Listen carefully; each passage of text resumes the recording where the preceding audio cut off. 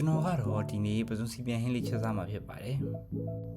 ပဇွန်လေးကိုအခွန်လေးအကုန်လုံးခွာပြီးခဏလောက်ဆနှုံးလေးနဲ့နှက်ထားမှာဖြစ်ပါတယ်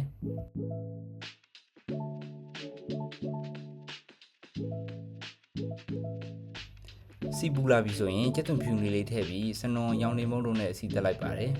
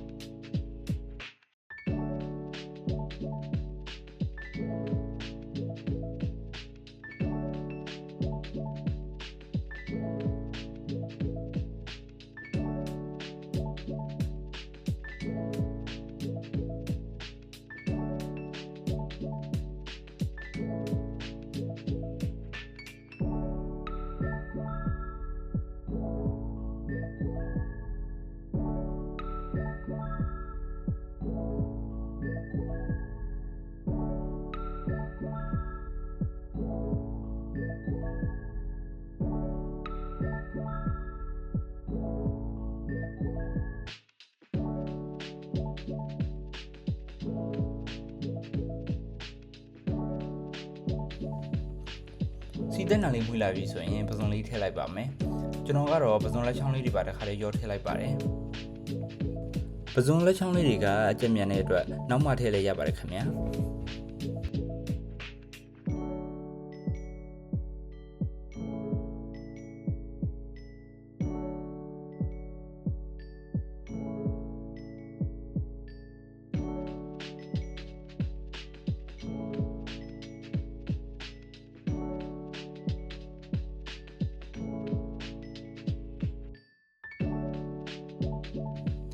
အရသာဝင်အောင်လို့ရက်သွန်နှစ်လေးနဲ့ပဇွန်လေးသမအောင်တခြားလေးရောမှုပေးလိုက်ပါမယ်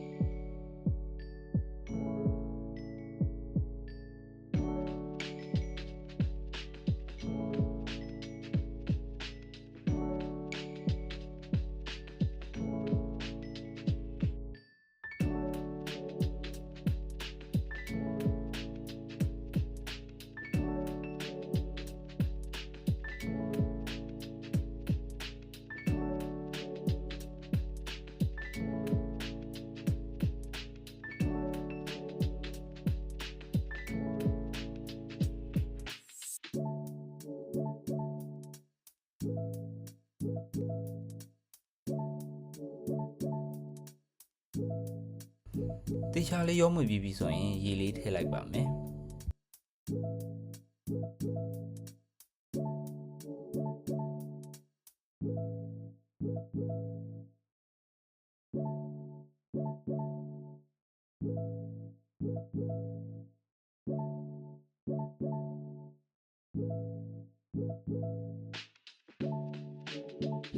အရသာအနေနဲ့ကတော့ကြက်သားမုံနဲ့စားလေးကိုထည့်ပါတယ်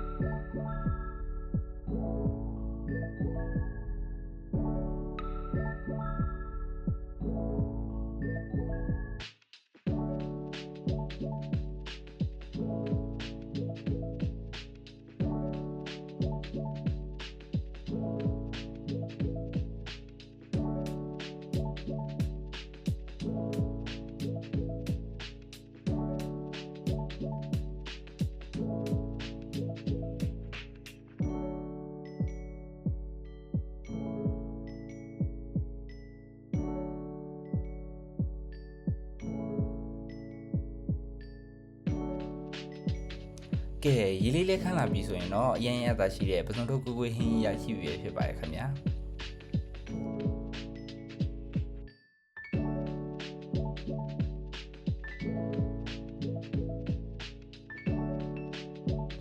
ဗီဒီယိုလေးကိုကြိုက်နေတတ်တယ်ဆိုရင်ကျွန်တော်ရဲ့ channel လေးကို like and subscribe လုပ်ပေးသွားကြပါဦးခင်ဗျာ